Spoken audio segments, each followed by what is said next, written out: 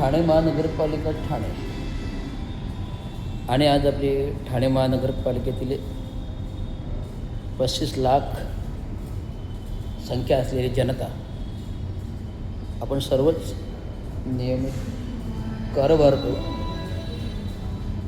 मग तो रस्त्याचा टॅक्स असतो, आरोग्याचा टॅक्स असतो,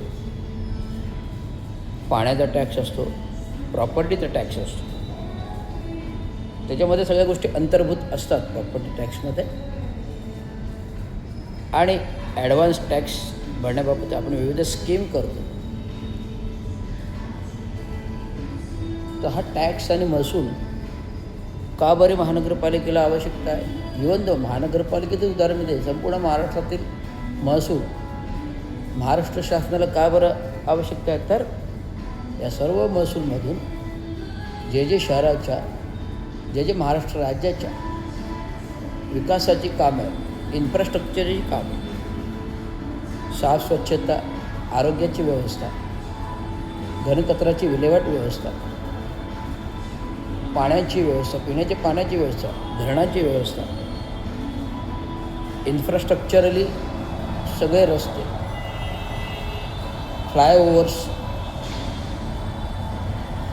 मेजर मेट्रो, अंतर्गत मेट्रो, ह्या सर्व धुरंधर इन्फ्रास्ट्रक्चरचं जंगल आपल्या महाराष्ट्रामध्ये नव्हे तर पूर्ण ठाणे शहरातच नव्हे तर पूर्ण महाराष्ट्रामध्ये प्रगल्भतेने गेल्या 5 वर्षाच्या नाही आहे, गेल्या 14 वर्षाच्या सत्तेतील सरकार भारतीय जनता पार्टी, RSS, शिवसेना, राष्ट्रवादी धुरंधर विकास करत असताना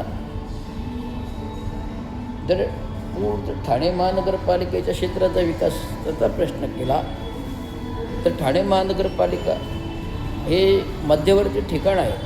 मुंबई असो, गुजरात अहमदाबाद, मीरा भाईंदर, मुंबई वेस्टर्न सबब, नाशिक, भिवंडी, कल्याण, कशेळी, डोंबिवलीकडे जाणारे सगळ्यात वाहनं आज आपल्या ठाणे महानगरपालिकेच्या मध्यवर्ती ठिकाणी येऊन मिळतात. मी प्रत्यक्षात गेल्या 3 वर्षामध्ये रिटायरमेंटनंतर एवढा अभ्यास केला. त्याच्यापूर्वी माझा अभ्यास होताच, पण ॲडिशनल जर ॲज ए कन्सल्टिंग इंजिनिअरिंग फर्म जेव्हा मी ओपन केली, तो केवळ पैसे कमवण्यासाठी नाही तर आपल्या ठाणे शहराजवळ असलेलं प्रेम आणि ठाणे शहराजवळ असलेली नाळ, जी आमची जवळजवळ 95 वर्षाची नाळ या ठाणे जिल्ह्यासाठी आहे. हे ठाणं तेव्हाचं गाव, आत्ताचं प्रगत ठाणं, बदलतं ठाणं आपण म्हणतो. त्या काळची ग्रामपंचायत, त्या काळची ग्रामपंचायत, त्या काळची नगरपरिषद, त्या काळची ग्रामपंचायत, त्या काळची नगरपरिषद, नगरपालिका आणि आत्ताची महानगरपालिका. त्यावेळच्या धुरंधर लोक, चांगू शिंदेजी होते सत्तेमध्ये, सतीश प्रधानांबरोबर सत्तेत होते, 2 नगरसेवकं दिली. लविंगेसारखं धुरंधर नगरसेवक 1971च्या दशकात दिला, रमेश पंडित दिले. आणि सतीश प्रधानांबरोबर नगराध्यक्षपदी सत्तेत असताना जो ठाणे शहराचा विकास आणि गडकरी रंगायतून घडवलं. 78-1970मध्ये दादाजी कोंडे स्टेडियम घडवलं. दादाजी कोंडे स्टेडियमला तर बाबांनीच जागा दिली. आमच्या पूर्ण कामगारांची झोपडपट्टी 67मध्ये हटून महात्मा फुले नगर, खाटण रोड, क्रिक रोडला बसवलं. आणि दादाजी कोंडे मैदान झालं, अख्खं मैदान झालं. 67च्या दरम्यान मैदान झालं. 67 ते 78पर्यंत गेले 10-11 वर्ष मैदान होतं.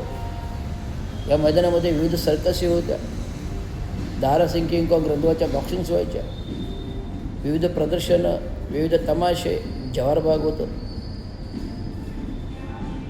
आणि 78-19च्या सत्तेमध्ये नगराध्यक्ष सतीश प्रधानांनी बाळासाहेब ठाकरेच्या आदेशाने गडकरी रंगात त्यांनी दादाजी कोंडे स्टेडियम बांधायला घेतले. तेव्हा सत्तेमध्ये असताना चांगू शिंदेंचा सहभाग सर्वात जास्त होता, योगदान होतं. आणि ह्या योगदान असलेल्या माणसं या महानगरपालिकेमध्ये क्रिक रस्त्याला अजून नाव द्यायचा ठराव मंजूर होत नाही. मंजूर झाला प्रस्ताव क्रिक रस्त्याला दिवंगत कामगारांच्या चांगू शिंदेचा, पण तर ठराव अजून अंमलबजावणी होत नाही. जो नवपडा प्रमुख समितीकडे सहाय्यक आयुक्त स्थावर मालमत्ता राजेश सोनावणे यांनी पाठवला, ज्याला आयुक्तांनी आदेश दिले होते. अतिरिक्त आयुक्तांनी आदेश दिले की ठराव या प्रशासकीय महासभेत घ्या. 2025च्या जयंतीपूर्व पण घेतला नाही.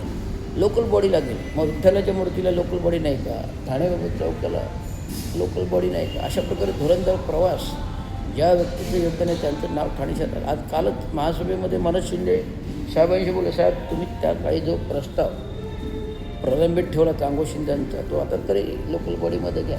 तर ते म्हणाले आम्ही पुढच्या महासभेत घेतो, तुम्ही घेऊन या. मनोज शिंदेजी शिवसेनेचे नगरसेवक आहेत, जुने जाणते नगरसेवक आहेत. आधी काँग्रेसचे नगरसेवक होते, आता शिवसेनेचे आहेत. उपनेते नेते आहेत महाराष्ट्रातले. त्यामुळे हा धुरंधर प्रवासामध्ये मनोज शिंदेने मला सांगितलं, अरे रवी हा बाबांचा प्रस्ताव बाकी आहे ना नामकरण. हो साहेब अजून होत नाही, मी पाठपुरावा करतो आहे, पण लक्ष नाही. आता क्या आता आपली सत्ता आहे, आपण करू. महासभेपूर्व पुढच्या महासभेत मला भेट, तो प्रस्ताव कुठे आहे तो दे, बाबांचं नाव घेऊन टाकू. कारण आम्हीच त्यावेळी प्रलंबित ठराव मनोज शिंदे, नजीब मुल्ला, संजय भोईर या लोकांनी जो प्रलंबित ठराव ठेवला होता त्याला आपण मार्गी लावू. रवी टेन्शन नको घेऊ, तेवढं कार्य करते, बाबांचं नाव जिवंत ठेवतो, आमचं पण कर्तव्य आहे. कारण बाबांचं योगदान आहे आमदार. त्यामुळे अशा प्रकारचं